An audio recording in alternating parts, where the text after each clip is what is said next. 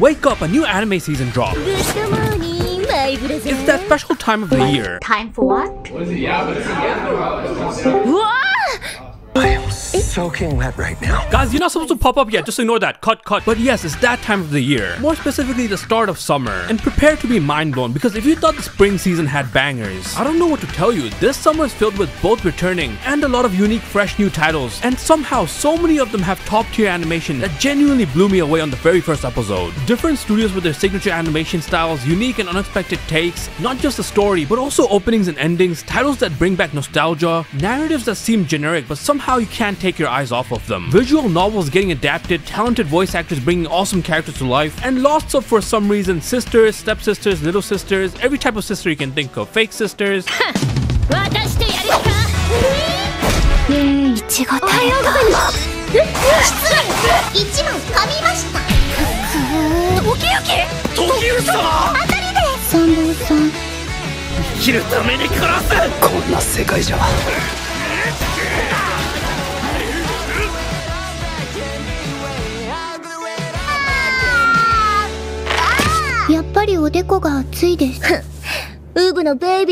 Let's get one of the most anticipated series that took the anime community by storm last year out of the way. Oshinoko is back with a season 2, and you know what? They delivered. It honestly just took this one scene to convince me they're cooking. Heck, even looking at the opening sequence with how they showed the play, if you show this to someone without context, they would think it's a fantasy anime. Throwbacks to earlier seasons, so many symbolism, some hint towards how Aqua feels towards a certain somebody, and then you get the ending sequence with the usual cinematic style just like Aqua in the first season. Foreshadowing Ruby's path in the future. I went into the story for the mystery and suspense, but in the process getting a whole crash course on how the entertainment industry works. It's really interesting. Not only am I learning new stuff, you get some really cathartic moments from the conflicts that come out of it. Like, this stuff would be boring at school, but you know what they say, when there's anime girls and waifus, everything is more fun to learn. Like, heck, I don't even know who these two are, and they can already go running for the best girl title. It is funny though, on one side, seeing people fight over Kana and Akane on who should be with Aqua, and on the other hand, you got the people that want to see the world burn, and is rooting for Aqua and Ruby. Oh yeah, and we got a good old dual-wielding toothbrushing scene.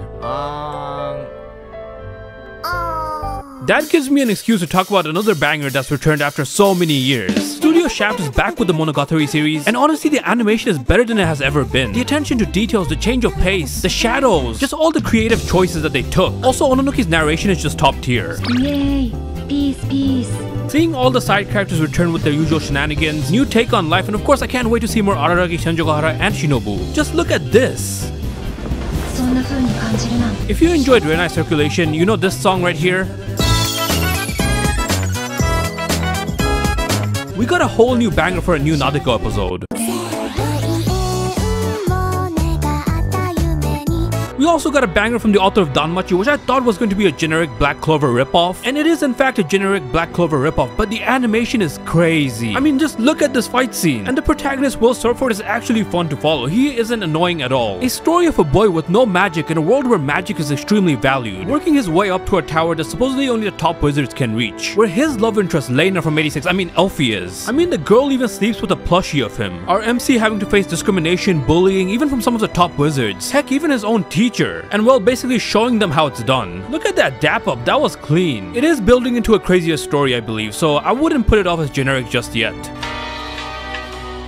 I am sorry for calling Wistoria generic anime, Ohio Skibidi. This classic romance anime is back. Wait, hold up. Wrong clip. Alright, this classic romance anime is back for a season 3 and I'm not seeing enough people talk about it. Oh, it's on Netflix. Yeah, that will do it for sure. Anyways, yeah, if you're looking for a romance anime that knows where to hit where it hurts, lovable characters, nice comedy, and just chill in general, and if you've been following the previous seasons, do not sleep on Kimi ni Todoke. I mean, come on, just listen to this. This is like pure nostalgia right here.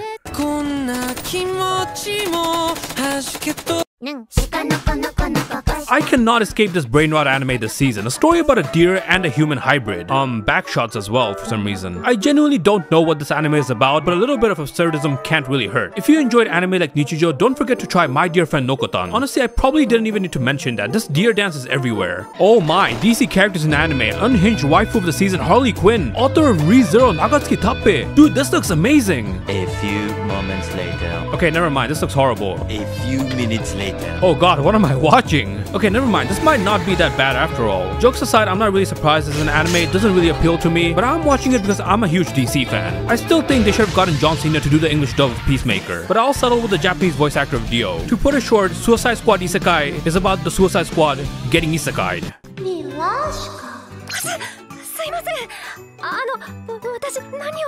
Alright, next two anime I'm going to talk about is straight up diabetes, so before we get started, if you have been through a bad breakup recently, maybe skip ahead a bit using the timestamps in the description. But if you want to feel like the loneliest mofo out there, or maybe take a little nap on a busy highway, or a nice warm bath with a toaster, prepare for Giji Harem or Pseudo Harem, following our protagonist Eiji Kitahama, who wants to be popular and one day have a harem. But he got something even better. He got this girl Rin Nanakura, who is basically the entire harem herself, acting like different girls with different personas around him based on different situations, and she can switch personalities by the time you finish saying the word mommy. And speaking of mommy, she's voiced by the legend Saori Hayami. If you don't know who that is, she voiced Your Forger, Shinobu Kocho from Demon Slayer, that girl from the gambling anime, also the deaf girl from A Silent Voice. The story is basically these two flirting the whole time, and this is us the audience watching them alone wishing it was us. And that brings us to the second most diabetic anime this season. Goddamn Studio Doga Kobo knows how to market their anime. But yes, Roshidere or Alya sometimes hides their feelings in Russian. You know what? I'm gonna try the Japanese version as well. Tokidoki bosu to Roshia-go de dereru. Tokidoki bosu to Roshia-go de dereru tonari no Arya-san. Alright, I'm gonna stick with that. But yeah, that's the Japanese title. It's an anime you probably already know if you've been on this channel for a while now. I was hyping the manga light novel up over a year ago, and to my surprise, it actually got an anime. It's basically this girl Alya always trying to tease this guy Masachika Kuze, but it always ends up being Masachika who always gets the last laugh, and she ends up being embarrassed instead. And every time she gets flustered, she flirts with him or admits something about how she feels towards Masachika in Russian to make sure that he does not understand. But here's the kicker, little does Alya know that our boy Masachika, this Giga Chat over here, has over 10,000 hours on CSGO. Metaphorically speaking, of course, he actually understands Russian but pretends not to. Comedy aside, this anime gets emotional when you least expect it, and the characters actually get amazing development. Just think of Masachika as Ayano Koji without the edgy aspects. I know why you're watching this anime, I know what kind of man you are. I'm the same. I know how to appreciate action when I see it. This camera work is spectacular, although the angle might be just a bit questionable. Just a bit. Now here is something that you can watch if you've been through a bad breakup recently. An anime about all the losing girls, the losing heroines. Basically take the short hair anime girls, the blue haired anime girls, Rem from ReZERO, Yui from Morigairu, Onodera from Nisekoi. Yeah, basically that archetype, and just slap them all in one anime about a guy who sees himself as a side character, witnessing these girls getting rejected, having to help these girls get over being rejected in various scenarios. Epic comedy, but also somehow it hits where it hurts. Emotional moments that just come out of nowhere. Don't take it from me because I asked this legend here, Shibuya Kaho, on what are the must-watch anime this season that people shouldn't skip on. So I'm a passionate manga reader. So most of the time when there's a new anime based on manga, like I read it. However, I don't read a lot of light novel anymore because it just takes much more time. And there is a show that's based on light novel and it looks just stunning. Like I saw the trailer and I was, is it a new movie? And that's the quality that we are talking about.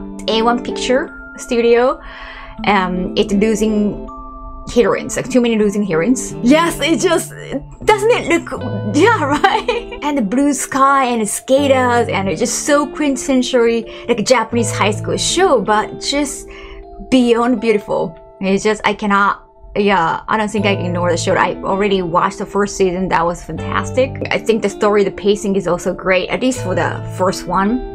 And I cannot wait to see more. Alright, is there any other anime that you would like to mention? Well, there are actually the two shows that's been showing up on Twitter feed a lot in Japan or the rest of the world actually. First one is My Dear Friend.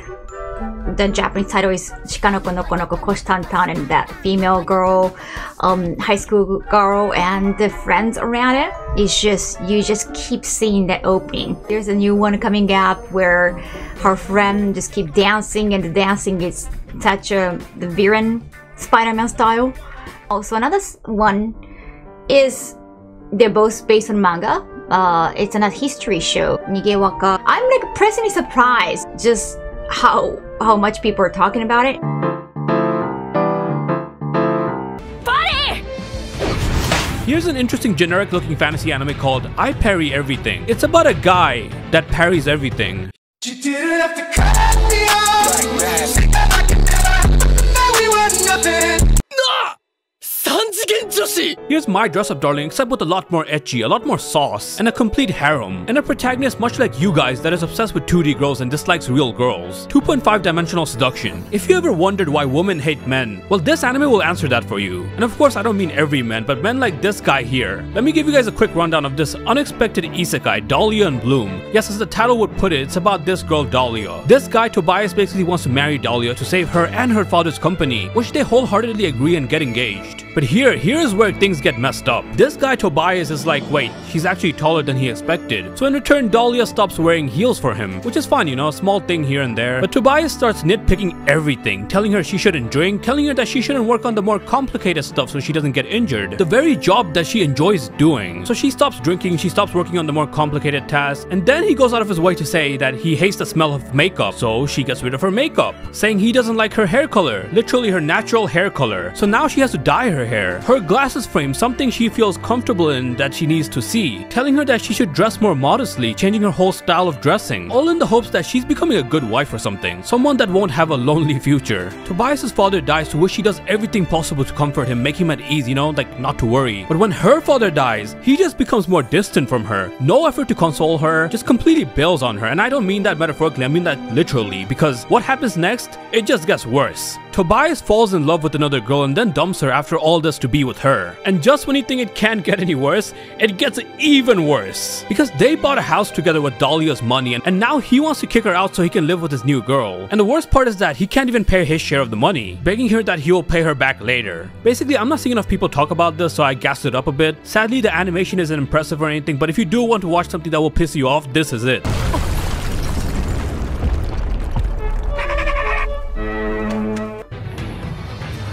What if the dungeons that you see in your everyday fantasy anime actually have people behind the walls, behind the scenes running everything, and you decide to go in that dungeon to find your missing father who went to get milk or something, and accidentally get a monster to break a wall to find exactly that, and you being hired to work for this new dungeon master? Well, that's the story of Dungeon People.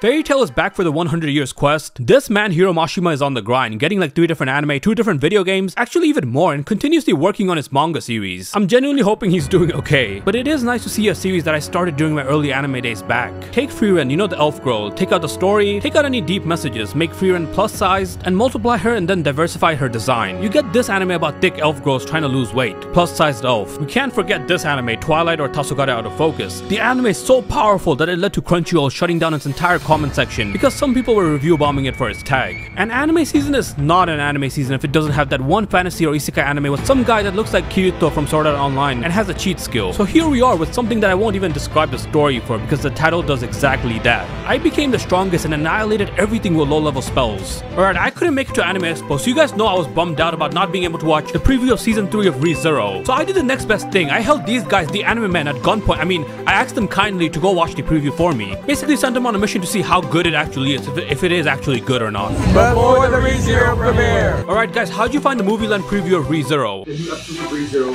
changed my life. I made $1 million.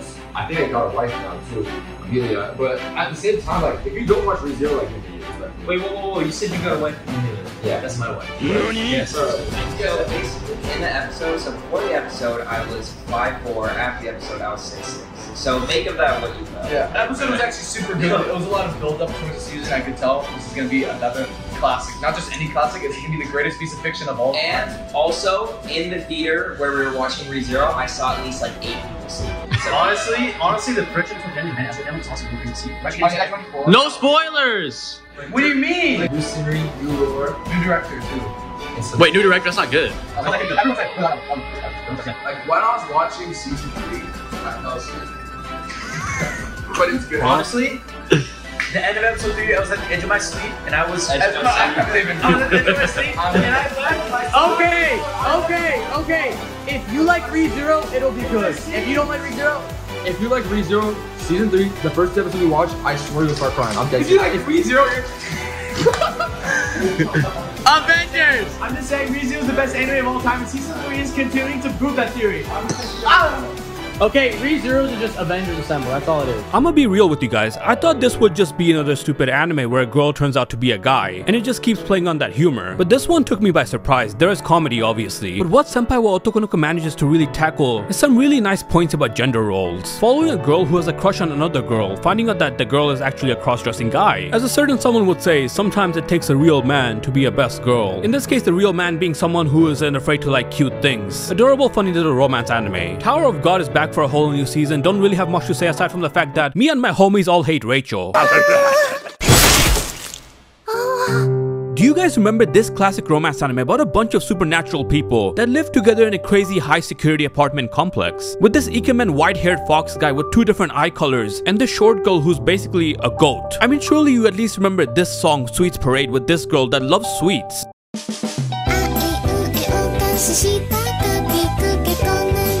Well, if you don't know, that anime or manga is Inu X Boku SS, and the author is Koko Fujiwara, who sadly passed away a while back only at the age of 31, unable to finish one of her other works about a magical girl who steals the heart of an evil lieutenant. And let me tell you, the animation, despite being like only 10-minute long episodes, is genuinely just breathtaking. I mean, just look at this transformation sequence. The attention to details in every episode, short but snappy comedy, wholesome moments, lots of funny little metaphors like this guy's glasses shattering when he saw her as if his whole worldview just changed. Basically straight up diabetes with out-of-pocket comedy, especially with the QB here. The familiar that basically gave her her powers, always exploiting her to work part-time, make money for him while she struggles. And this evil lieutenant ending up having to take care of her every time they have a showdown, treating her to food, cake, sweets, dessert, you name it, instead of actually fighting. Even he himself is confused about his own feelings. Someone who has terrified and taken over entire nations and the leader of a whole evil army. The magical girl in the evil lieutenant anime is a beautiful tribute to Koko Fujiwara. Finally, a main character I can relate with, at least when it comes to age. Okay, maybe I'm not that old, but welcome to this story about a middle-aged adventurer who I think is something like 30 years old, in a world where people who starts adventuring from a young age are valued more. As the title would imply, the Ossa newbie adventurer, trained to death by the most powerful party, became invincible. It's about this middle-aged man with one hell of a name, Rick Gladiator, who was trained by some really brutal and insane people, proving everyone wrong about how tough he actually is. Oh hey look, Elf Girl, Vampire Girl, bonus points for watching. Days with My Stepsister. Now hear me out, despite what the title might make it seem like, this one's a very wholesome, mature take on the entire topic, and as a consequence that might make the anime seem a bit slow when it comes to development. But if you love drama with some really nice or even unique animation that started from a series of YouTube voice dramas, do check this out. As Kaho mentioned, Nigawaka or the Elusive Samurai is an unexpected banger this season based on history, and this is a guy, not a girl, by the way. Like they're confused about sexuality, even like looking at like they're being attracted to the protagonist. A story of a boy from a ruling clan that is extremely good at running away and hiding, and that's all he ever wants, peace and seeing the smiles on the faces of people in his land. He dislikes fighting, a quality which many of his peers have been trying to drill into him, until one day their power is brutally taken, and I don't mean that lightly, just look at this. The way that this anime does a complete 180 is just utterly insane, and he has to run away and gather a group of skilled people to help him reclaim his power. And let me tell you, Studio Cloverworks is absolutely cooking with this. Just look at this scene, or this scene, and plenty more that will just leave you in pure awe. We got a little love triangle romance drama between twin sisters and the MC, which for some reason reminded me a bit of Overflow. If you're looking for some drama between two sisters who fall for the same guy, and one of the sisters that's currently dating him dumps him so he can get with the other sister because she feels bad for her, it's so complicated, oh my god. Relationships, am I right? A complete mess with some wholesome diabetic moments. The anime is called Love is Indivisible by Twins. The Cafe Terrace and its goddesses is back for a season 2. My Hero Academia with female Deku is back for a new season. I mean, superhero anime Shy is back for a second season. Also on a little side note, My Hero Academia manga ended, and yeah, that was definitely an interesting ending. And it's even more fun seeing people argue over if the ending is good or bad. And again, I think it's just an Attack on Titan 2.0. People are unsatisfied with the ending because the main character basically got a realistic ending. Something that's thematically accurate for him. Like, the whole point is that as a true hero, he didn't need the recognition. And if you self-insert yourself in a lot of stories, it's hard to be relatable if the character doesn't get a grand ending that you yourself would like. But thematically, it's perfect. We got an action fantasy anime based on a video game, Sakuna of Rice and Ruin. Not Sukuna from Jujutsu Kaisen, but Sakuna. Kind of like Thor, about a girl named Sakuna banished from her heavenly home to a land filled with demons, and her having to basically earn her way back. After 4 years, Our Last Crusade or The Rise of a New World is back for a season 2. Now speaking of a long time, I genuinely missed this anime, Hyoka. I've always wanted a second season for it, a story of these kids that you just grow to love solving mysteries, a guy that can't be bothered, a girl that's always curious, a guy that tries to be a detective but sucks at it, and this girl, I forgot what she does. But it somehow makes a story of mundane mysteries so interesting, along with the out-of-the-world animation by KyoAni. So color me surprised when I heard that the same author is getting another anime, obviously this time not by KyoAni, but the animation is just as cinematic, filled with mundane mysteries that somehow get you hooked. Just like Hyoka, almost every scenes that matter and you should pay attention to, soundtracks that hit harder than your average Asian parents, characters with reverse personalities, and a shy girl that loves sweets, cakes, tarts, and trust me, you don't want to see her angry.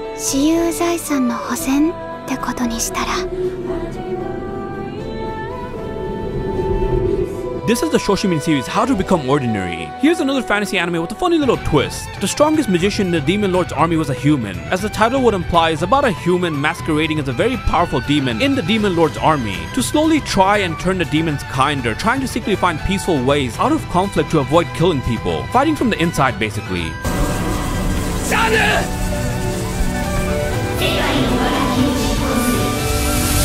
Oh boy, another fantasy anime about a guy charged with protecting humanity from ancient races like dragons and gods, and then somehow getting wiped from existence and finding out the whole world is in peril. The whole world got reset. So he has to do what any Kirito-looking MC from Sword Art Online would do: save the world. A little timey-wimey story called Why Does Nobody Remember Me in This World? Wait a second, is that a Genshin character?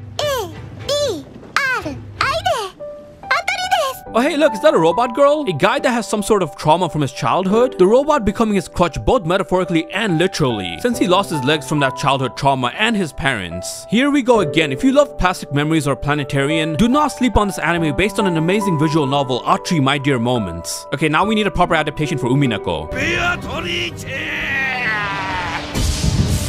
We got an anime about a VTuber that accidentally forgot to turn off her stream. So I only did the appropriate thing and I got this awesome VTuber, made her watch the anime, not at gunpoint, to see just how legit this anime actually is when it comes to VTubing. My name is Nana Asteria. I am a Song of the Galaxy reincarnated to VTuber and V-Singer. VTuber なんだか配信切り忘れたら伝説になってた。 Dude, that Japanese fluency, what the heck? Or VTuber legend, how I went viral after forgetting to turn off my stream. One of my favorite animes this season. I was so happy when I saw an anime is being made about VTubers. Thank you, Kito, for giving me this opportunity to yak max to you all. So first of all, the artistic direction of the show is so insane to me because of this. It literally breaks the fourth wall in all ways. The unique combination of showing POVs from viewers super chatting, commenting, to the live stream, to switching to the streaming interfaces used by us VTubers, the use of live 2D and 3D sculpted models in the show, and even recreating YouTube live streams with actual footage from existing real games called like Sausage Legends, I think? That's insane. So the fact an anime is made about virtual anime content creators to begin with is already super meta. But showing the streaming screens from both POVs, commissioning and the art and rigging for live 2D models, and getting perms for an IRL game is even more wild. Is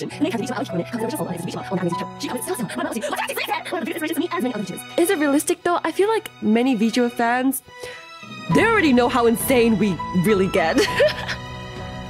I personally don't use that humor, but many of my friends are truly not even joking that degen, silly, unhinged, and I love them for it.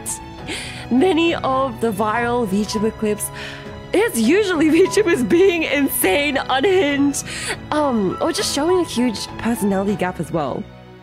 And finally, my favorite part of the show is the fact that it shows the grim reality of VTubing. Aoyuki reflects on how she had the lowest subs among her gen mates, struggles with depression, used to work at a black company, struggles financially, and unfortunately this is the reality for many of your favorite VTubers. I personally have had experience being in an agency as well as being an indie, so I understand very well what it's like to compare your growth to your fellow agency's talents and also your fellow indie scene friends, and to also see a lot of your friends leave the scene because sadly most VTubers never make it big, most VTubers never go viral, and a lot of them just end up leaving the scene without ever achieving their dreams. So, this is your reminder to show your love for your favorite VTuber, because there are so many diamonds in the rough who just need a chance. As for any unrealistic aspects, oh boy, there is one thing that absolutely pisses me off because it's wrong and false and misleading. My VTuber Oshi having a clean room? Are you serious? I'm going to need 3 water bottles, 2 cups, 4 empty energy drinks, a snack, and a bunch of cables connecting everywhere, okay? Just kidding, in all honesty, I really thought that this show is super funny, well-researched, passionate, and engaging. Alright, I just have one more question for you. Yeah? Do VTubers actually goon to other VTubers? I'll let you decide. No comment. Here's an anime about YouTubers trying to make it big. Okay, that hits a bit close to home with a little supernatural twist that involves a vampire, Mayonaka Punch. Nanare Hananare, ooh, what a funny title. But PA Works is back with another slice of life banger that makes you feel like the most unproductive person in the world. Especially when you see these characters on screen having some sort of dream or just working hard. The story of 6 driven high school girls from Gunma trying to change the world even if it's just a bit through cheerleading. But do not confuse it for competitive cheerleading. It doesn't feel like a sports anime. There's a charm to this type of story that involves following passion. Oh, and we got some good old English too. Sorry I couldn't make it to the show yesterday. Come to the festival next month. I'm coming! Mike and the others are coming too! What would it be like to be born in a world full of furries as the only human? Well, great question. I'm pretty sure none of you actually asked that, but this is a story of Bye Bye Earth. My Wife Has No Emotion follows the story for average Japanese salaryman who can only work, sleep, and eat. No time to do his own chores, so he buys a robot to do that job instead. And ending up in a situation where he falls for that robot after joking that they should get married. Basically your usual diabetes shenanigans. Clank, clank, clank, clank. I'm convinced that Japan is trying everything possible to raise its declining population and birth rate. So what better way is there to take a popular anime and manga light novel genre and then combining it with childcare? So we got an isekai anime about a dude raising kids while going on adventures. A journey through another world raising kids while adventuring. And on that note, here's another childcare anime but with vampires. Delico's Nursery. Oh hey look, another Kirito from Sword Art Online. Except this time we get to see this guy's cunning tactics to go from noob to hero. I'm not gonna lie, I did find a few things funny here and there, but this one's called A Nobody's Way Up to an Exploration Hero. Tatsuketsu Fate of the Majority is a game-based anime where, well, the rule is that in this game, the majority of people will die. Ignoring the broadcasting delays, it basically follows 5 people in a world where everyone's disappeared, and they have to participate in a game through anonymous messages. Ooh, creepy. And the last worst rated anime this season, Zero Saiji Start Dash Monogatari. I watched it so you guys don't have to, and let me tell you, it was definitely something. 2-minute episodes with animation worse than your average H anime. It's like taking a picture book and moving body parts around with your mouse. Literal PowerPoint slides with the most basic storyline ever. Like, it's not even entertaining enough to make fun of. Anyways, I never really talked bad about anime. I feel bad saying that, because at the end of the day, there are hardworking people behind these series, but yeah, this one's actually just bad. Wait a second, I just realized I almost forgot this banger of an isekai anime that has a unique twist. Following this legendary Japanese author, Osamu Dazai. You know, the man you may know from Bungo Stray Dogs, that guy that always wants to, you know, take his own life and stuff. But yeah, it basically follows that. The man in the middle of taking his own life with his lover, getting literally Chok-kun and sent to a fantasy world. And on top of that, we got a whole meta explanation on how Chok-kun works. Picking someone that's unhappy in life, sending them to this fantasy world. It's like all planned out to make sure the person ends up in this grand quest and becomes happy over time. And the best part is this guy does not want to be isekai'd. All he wants is to die. Quite controversial, I know, but also interesting because it does tackle things like, who is anyone to decide if he was actually happy or not before taking his own life? Like, maybe taking his own life is what makes him happy. Again, quite controversial, but you get my point. And I do feel like there are some weird twists coming, especially since we don't know what happened to the girl he was with. Also, did I forget to mention there's a cat girl and an elf girl? But yeah, this one's called Isekai Shikaku, or No Longer Allowed in Another World. Yeah, that's about it as always. Thanks for watching. Hopefully you guys got some brand new anime recommendations out of this. Hopefully you guys just enjoyed in general. I tried to make it as fun as possible. I might have led you guys to believe that there was like a little Ryan Reynolds collab from like the Deadpool stuff I showed earlier, but unfortunately I couldn't get Ryan Reynolds to hop on and talk about his favorite anime / H anime and whatever. I'm pretty sure it's Overflow or My Little Sister Can't Be Cute or something, who knows. Anyways, once again, thanks for watching. I do this every season, so make sure to subscribe, like, and subscribe. Peace!